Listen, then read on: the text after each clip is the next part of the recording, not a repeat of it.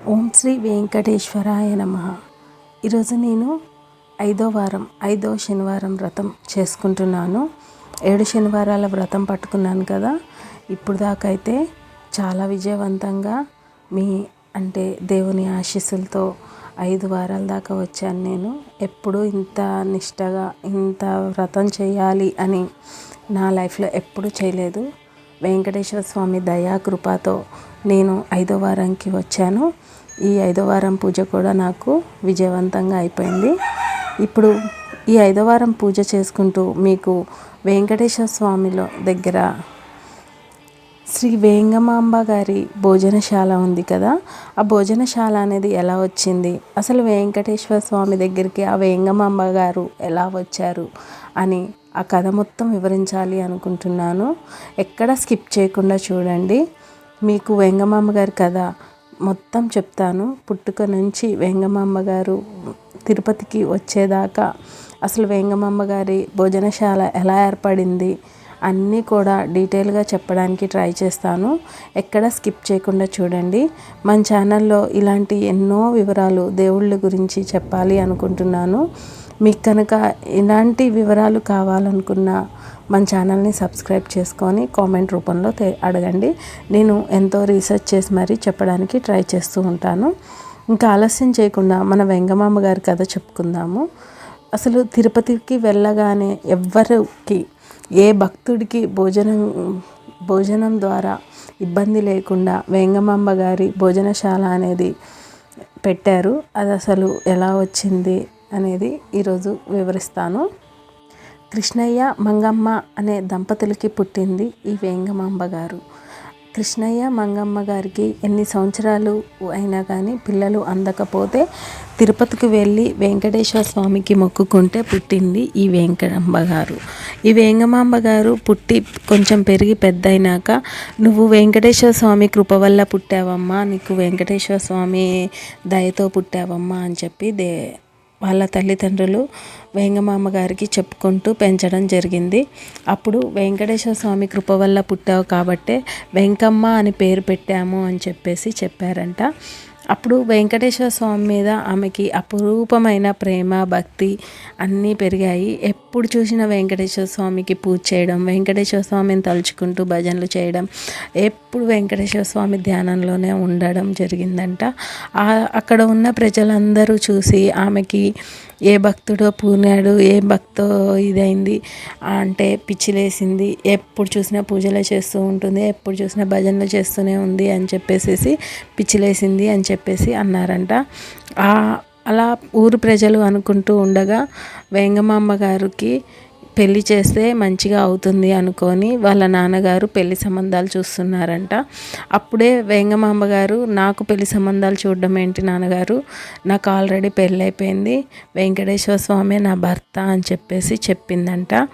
అప్పుడు ఎంతకీ వినకుండా వెంకటేశ్వర స్వామి భర్త అని చెప్పడం తల్లిదండ్రులకి నచ్చక ఎంతకీ వినకుండా పెళ్లి చేస్తారంట. ఒక యువకుడి నుంచి పెళ్లి చేస్తారంట. అప్పటికి చెప్తూనే ఉంటుందంట, నాకు దేవుడు కల్లోకి వచ్చి నన్ను పెళ్లి చేసుకున్నారు, నాకు వెంకటేశ్వర స్వామికి ఎప్పుడో పెళ్ళి అయిపోయింది అని చెప్పేసి చెప్తూనే ఉన్నా కానీ వినకుండా ఒక యువకుడిని చూసి పెళ్లి చేస్తారు. ఆమెకి ఇష్టం లేకపోయినా తల్లిదండ్రులు బలవంతంగా పెళ్లి చేస్తారు. పెళ్లి చేసినా కానీ ఆమె కలిసి కాపురం చేయకుండానే ఆ యువకుడు మరణించడం జరుగుతుంది. అప్పుడు అందరూ ఈమెను పెళ్లి చేసుకోగానే పెళ్లి కొడుకు చనిపోవడం జరిగిందని చెప్పి ఆమెని అనరాని మాటలు అంటారు. ఇంతలో ఆమె బొట్టు కుంకుమ తీసేయాలి అని చెప్పేసి అంటారు. అప్పుడు నా భర్త చనిపోలేదు, నా భర్త వెంకటేశ్వర స్వామి, నా భర్తకి చావు అనేది లేదు అని చెప్పేసి పసుపు కుంకుమ బొట్టు గాజులు అనేవి తీసేయదంట. తీయకుండా అట్లనే నిత్య సుమంగళిలాగా ఊర్లో తిరుగుతూ ఉంటుంది. ఇదంతా చూసిన ఊరు ప్రజలందరూ ఆమెని ఎన్నో మాటలు అంటారంట. పొద్దున్న లేవగానే ఒక వితంతువు ఎదురవుతుంది అని చెప్పేసి, అందులోనూ ఆచారాలు పాటించని వితంతువు అని చెప్పి ఆమెని ఎన్నో మాటలు అంటారంట. అయినా అవన్నీ పట్టించుకోకుండా వెంకటేశ్వర స్వామి ధ్యానం చేసుకుంటూ అలా కాలాన్ని గడిపేస్తూ ఉండగా ఒకరోజు ఒక గుడికి వెళ్తుందంట. నిత్య సుమంగళిలాగా గుడికి వచ్చావని చెప్పి అక్కడ ఊరు ప్రజలందరూ కలిసి ఆమెని వెలగొట్టడం జరుగుతుంది. అలా వెలగొట్టిన వేంగమాంబ చిన్నగా నడుచుకుంటూ వెంకటేశ్వర స్వామి కొండపైకి చేరుకుంటుంది. 7 కొండలు ఎక్కి వచ్చిన ఆ వేంగమాంబ గారికి ఉండడానికి గింత చోటు అనేది దొరకదు. ఎక్కడ ఉండాలో అర్థం కాదు. అప్పుడు వెంకటేశ్వర స్వామిని తలుచుకొని వెంకటేశ్వర స్వామిని అడుగుతుందంట, నీ కోసం ఇంత దూరం వచ్చాను నేను, నాకు ఉండడానికి నీ కొండపైన ఇంత చోటు ఇవ్వవా తండ్రి అని అడుగుతుందంట. అప్పుడు వెంకటేశ్వర స్వామి చిరునవ్వుతో, నాదేమీ లేదు, అక్కడ అలివేలు మంగమ్మని అడగాలి నువ్వు, నాకంటూ ఏమీ తెలియదు, నువ్వు ఇక్కడ ఉండాలంటే అలివేలు మంగమ్మని అడుగు అని వెంకటేశ్వర స్వామి కల్లో కనపడి చెప్తారంట. అప్పుడు శ్రీ వెంకటేశ్వర స్వామి అలివేలు మంగమ్మని అడగమని ఎందుకు అన్నారంటే, అక్కడ దేవతలు సైతం భార్యకి ఎంతో విలువిస్తారు. అక్కడ ఆయన తలుచుకుంటే ఆమెకి కొంచెం చోటు దొరుకుతుంది, కానీ అక్కడ అర్ధాంగికి ఎంతో విలువనిచ్చారనేది అక్కడ మనం గమనించాలి.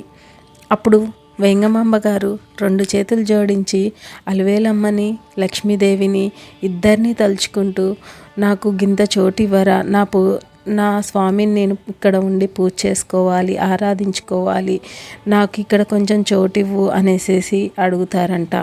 అప్పుడు ఆమె భక్తికి అలివేలమ్మ అక్కడ ఉన్న తిరుపతి అర్చకులు కల్లోకి వచ్చి, నా భక్తురాలు అయిన వేంగమాంబ వచ్చింది, ఆమెకి మీరు ఇక్కడ ఆశ్రమం ఇవ్వాలి, ఆమె ఉండడానికి చోటు, గడపడానికి పని 2 చూపిస్తుందంట లక్ష్మీదేవి. స్వామివారికి నైవేద్యం వండే దగ్గర ఆమెకి పని కూడా ఇమ్మని కల్లో కనిపించి చెప్తుందంట. అప్పుడే అక్కడ వంటశాలలో వేంగమాంబ గారు మొదటిసారి అక్కడ అడుగు పెడతారు. అదే వేంగమాంబ గారి భోజనశాల అన్నమాట. అప్పట్లో నైవేద్యశాల అన్నమాట అది. అప్పుడు నైవేద్యశాలలో ఆమెకి అక్కడ చోటు దొరుకుతుంది. స్వామివారికి నైవేద్యం తయారీలో ఆమె చేయి కూడా ఉంటుందన్నమాట. ఇలా రోజు స్వామివారికి నైవేద్యం తయారీలో వేంగమాంబ గారు తయారు చేయడం మొదలు పెడతారు.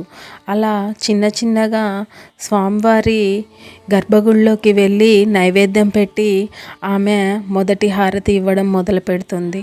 అలా మొదటి హారతి ఆమె చేత్తో ఇచ్చి నైవేద్యం పెడుతుంటే వెంకటేశ్వర స్వామి చాలా ఆనందంగా స్వీకరించేవారంట.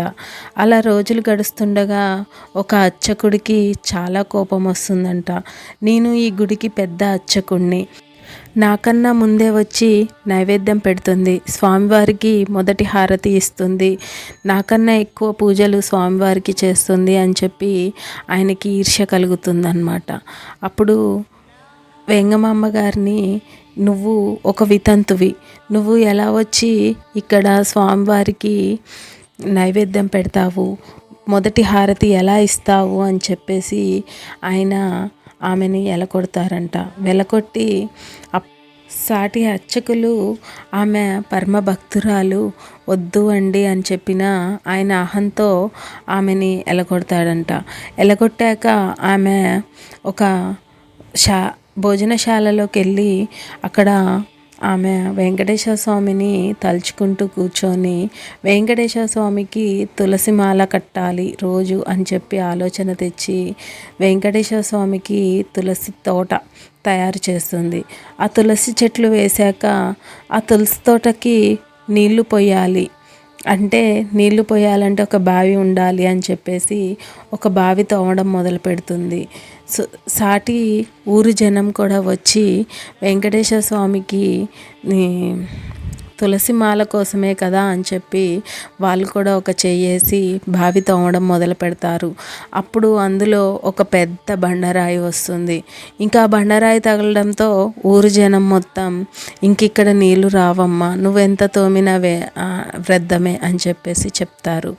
అయినా కానీ ఆమె పట్టుదలతో వెంకటేశ్వర స్వామిని తలుచుకొని దండం పెట్టుకోగానే ఆ బండరాయి అనేది పగిలిపోయి ఆకాశగంగ అనేది పొంగి పొర్లుతూ ఉంటుంది. ఇప్పటికీ మనకి కనిపిస్తుంది ఆ బావి. ఇక్కడ ఏనుగులు పెట్టి అక్కడ మన దర్శనం అయిపోయినాక బయటికి వచ్చినప్పుడు ఏనుగులు కనిపిస్తాయి కదా, అక్కడ ఆ బావి ఉంటుంది. ఎప్పుడైనా తిరుపతి వెళ్ళినప్పుడు ఆ బావిని కూడా చూడండి. అది వేంగమాంబ గారు స్వయంగా తోమిందనమాట. శ్రీ వెంకటేశ్వర స్వామికి పూజ కోసం తులసిమాల కోసం తోమిన బావి అది. తులసి చెట్లకి నీళ్ళ కోసం బావి అయితే తోముతుంది.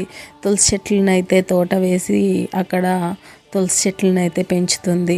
ఇంతలో ఈ అర్చకుడు ఆమె ఇంకా బయట ధ్యానం చేయడం కూడా నచ్చక తినేసిన ఇస్తరాకులన్నీ ఆ తులసి చెట్లు ఉన్న తోటలో పడేస్తూ ఉంటారు. అప్పుడు ఆమె చాలా ఓపికగా ఆ తులసి చెట్లన్నీ ఆ ఇస్తరాకులన్నీ తీసేసి ఆ తులసి చెట్లన్నీ శుభ్రం చేసుకుంటూ ఉంటుంది. అప్పుడు అర్చకుడు ఇంకా కోపంతో రగిలిపోతూ బంధుమిత్రులందరినీ భోజనానికి పిలుస్తారు. పిలిచి అప్పుడు బంధుమిత్రులు తిన్న ఇస్తర్లన్నీ అక్కడ వాళ్ళందరూ తినేసిన విస్తర్లని వేంగమాంబ గారు అక్కడ ధ్యానం చేసుకుంటూ ఉండగా ఆమె మొహం పైన పడేలాగా అన్ని ఇస్తరాకులు పడేస్తారు. ఆ ధ్యానంలో ఉన్న వేంగమాంబ గారు చాలా కోపంగా లేచి ఆ అర్చకుణ్ణి శపిస్తుంది.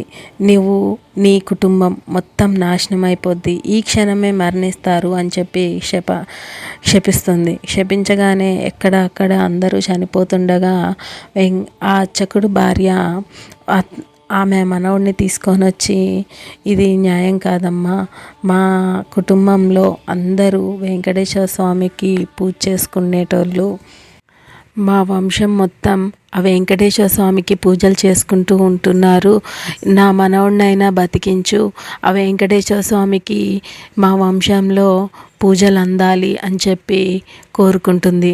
అప్పుడు వేంగమాంబ శాంతించి మనవడిని బతికించి సరే అని చెప్పి, మీ కుటుంబంలో ఒక్కళ్ళు మాత్రమే ఉంటారు వారసులుగా, అది కూడా వెంకటేశ్వర స్వామి పూజల కోసం, ఇంకా అంతకు మించి ఎవరు జన్మించరు అని చెప్పేసి చెప్తుందన్నమాట.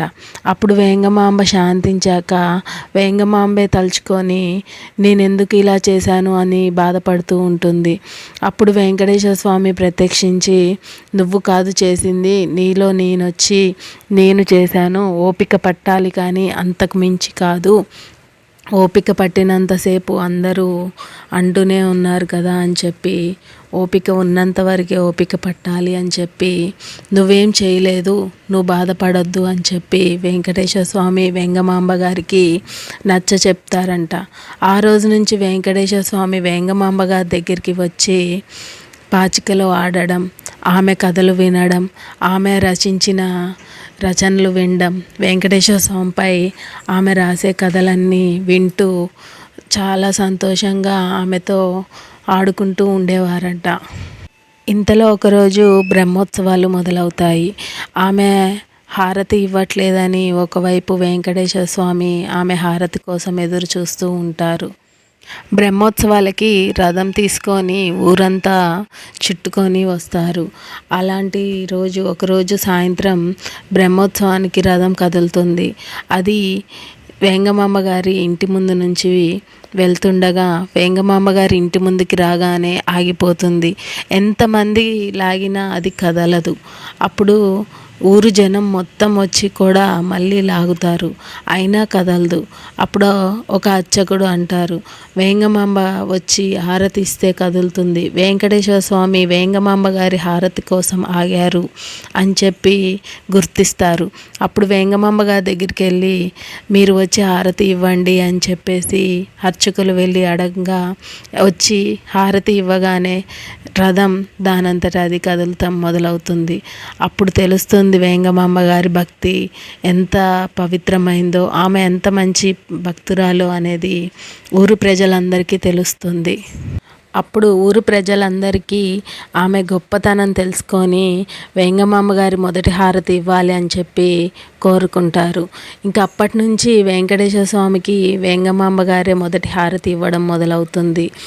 ఇప్పటికీ అప్పట్లో ఆమె వాళ్ళ చెల్లెలు కూతుర్ని తీసుకొచ్చుకొని పెంచుకున్నారంట. ఇప్పటికి కూడా వారి వంశంతారకు వాళ్ళే వచ్చి మొదటి హారతి ఇస్తారని పురాణం చెప్తుంది. వెంకటేశ్వర స్వామి కథలు రాసుకుంటూ, ఆయన పాటలు రాసుకుంటూ ఆయనకే వినిపిస్తూ ఉంటుంది. వెంకటేశ్వర స్వామి పొద్దంతా భక్తులతో ఉండడం, సాయంత్రం అవ్వగానే వేంగమాంబ గారి దగ్గరికి వెళ్ళి ఆయన పాటలు, ఆయన రచనలు ఆమె నోట వింటూ కాలక్షేపం చేస్తారంట. పాచికలు కూడా ఆడుతూ ఉంటారంట. అలా ఊరు ప్రజలందరికీ వేంగమాంబ గారు చెప్తుండగా అందరూ నమ్మరు. అయినా కానీ వేంగమాంబ గారు పరమ భక్తురాలని చెప్పి ఆమెకి ఎంతో మర్యాద ఇస్తూ ఉంటారు. ఒకరోజు ఏం జరుగుతుందంటే, వేంగమాంబ గారు ఇంటికి పాచికలు ఆడడానికి వెళ్ళిన వెంకటేశ్వర స్వామి మొదటి హారతి మొదలైంది అని చెప్పేసి బయలుదేరుతుండగా వేంగమాంబ గారు ఆయన పట్టు పితాంబరాన్ని పట్టుకొని ఇంకాసేపు కూర్చోండి స్వామి అని చెప్పి గట్టిగా పట్టుకొని లాగితే పట్టు పితాంబరం అనేది చినుగుతుంది. అప్పుడు ఆ చినిగిన ముక్క ఆమె దగ్గర ఉండిపోతుంది. వెంకటేశ్వర స్వామి హారతికి సమయానికల్లా తలుపులు తెరిచి పూజకి అన్నీ సిద్ధం చేస్తున్న అర్చకులకి ఆ పట్టు పితాంబరం చినిగిపోయింది గమనిస్తారు. ఈ పట్టు పితాంబరం చినిగిపోయింది ఎలా జరిగింది, రాత్రి దొంగలు పడ్డారా అని ఆలోచన వస్తుంది. తర్వాత లేదు, వెంకటేశ్వర స్వామి ఎక్కడో ఏ భక్తుల ఇంట్లోనో మర్చిపోయి ఉంటారు అని చెప్పి అర్చకులు నిర్ధారించుకొని వేంగమాంబ గారి ఇంటికి వెళ్ళి అడుగుతారంట. అప్పుడు వేంగమాంబ గారు ఆయన పితాంబరం నా దగ్గరే ఉంది అని చెప్పి, ఆ పూజ గదిలో ఉంది వెళ్ళి తెచ్చుకోండి అని చెప్పేసి అనగానే అక్కడికి వెళ్ళి చూసేసరికి అక్కడ పట్టు పితాంబరం ఉంటుందంట. అప్పుడు అర్చకులు అనేది నిర్ధారించుకుంటారంట ఆమెతో పాచికలు ఆడటానికి, ఆమె నోటి నుంచి వచ్చే ఆయన పాటలు వినడానికి వెంకటేశ్వర స్వామి రోజు నైట్లు ఇక్కడికి వస్తున్నారనేది అప్పుడు నిర్ధారించుకొని ఆమె చెప్పేదన్నీ నిజమే అని చెప్పి అనుకుంటారు. ఇలా వేంగమాంబ గారు వెంకటేశ్వర స్వామికి పరమ భక్తురాలు అయిపోయింది. అక్కడ నైవేద్యం తయారు చేసే దగ్గర అందరికీ భోజనం అందేలాగా తయారు చేయడం మొదలెట్టారు.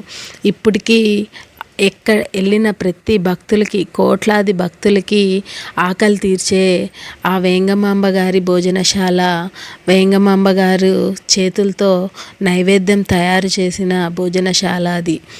ఇప్పుడుకి అది ఇంకా కొనసాగిస్తూనే ఉన్నారు. వచ్చిన భక్తులందరికీ ఆకలి తీరుస్తూనే ఉన్నారు. ఇదండి వేంగమాంబ గారి కథ. ఆమె పరమ భక్తికి ఆ వెంకటేశ్వర స్వామి కదిలి వచ్చి ఆమెని ఎన్నో విధాలుగా ఆదుకొని ఆమెని కూడా ఆ కొండపైన ఒక పాత్రురాలుగా చేసుకున్నారు.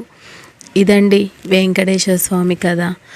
ఈరోజు నా ఐదో వారం వ్రతం చేసుకునే విధానం చూస్తున్నారు కదా. ఇక్కడ నేను ఇప్పుడు 108 అష్టోత్తరాలు చదువుకుంటున్నాను వెంకటేశ్వర స్వామిది. పిండి దీపాలు అనేది చాలా ఇంపార్టెంట్ ఈ 7 వారాల వ్రత పూజకి. ఇక్కడ చూస్తున్నారు కదా, ఆయనకి ఎంతో ప్రీతికరమైన పానకం, వడపప్పు అనేది ప్రసాదంగా పెట్టుకొని పిండి దీపాలతో ఆయన్ని నేను పూజించుకుంటున్నాను. శ్రీ వెంకటేశ్వర స్వామిని వేడుకొని ఏది మొక్కుకున్నా, ఏది కోరుకున్నా తీరిపోతుంది అని చెప్పి భక్తుల నమ్మకం. అంతే, మనం కూడా ఎంతో నమ్మి ఆయన్ని పూజించుకుందాం. కలియుగ దైవం మన వెంకటేశ్వర స్వామి మీ అందరికీ తెలిసిందే. కలియుగ దైవం, అంతేగాక తిరుపతిలో స్వయంగా వెలిసిన దైవం కూడా ఆయనే. నిండు రూపంతో వెలిసింది వెంకటేశ్వర స్వామే. ఇదండి నా పూజా విధానం. నా పూజా విధానం కనుక మీకు నచ్చినట్లయితే ఒక లైక్ ఇవ్వండి. ఇక్కడ నేను శ్రీ వెంకటేశ్వర స్వామి 7 వారాల వ్రత పూజ చేసుకుంటున్నాను కదా, అందులో 5వ వారం భాగంగా ఈరోజు 5వ వారం పూజ చేసుకున్నాను. వెంకటేశ్వర స్వామి పూజ చేసుకుంటూ ముందు గణపతి పూజ చేసుకొని తర్వాత వెంకటేశ్వర స్వామి పూజ చేసుకొని మన పూజ అనేది ఇలా ముగించుకున్నాను అష్టోత్తరాలు చదువుకొని. మీకు కనుక నా వీడియో కనుక నచ్చినట్లయితే ఖచ్చితంగా ఒక లైక్ ఇవ్వండి. మరిన్ని దేవుడి కథలు తెలుసుకోవాలి అనుకుంటే కనుక నా ఛానల్ని సబ్స్క్రైబ్ చేసుకోండి. ఇంకా ఏదైనా ఏ దేవుడి గురించి అయినా తెలుసుకోవాలి అనుకుంటే నాకు కామెంట్ రూపంలో తెలియచేయండి. ఖచ్చితంగా మీకు ఎక్స్ప్లెయిన్ చేయడానికి ట్రై చేస్తాను.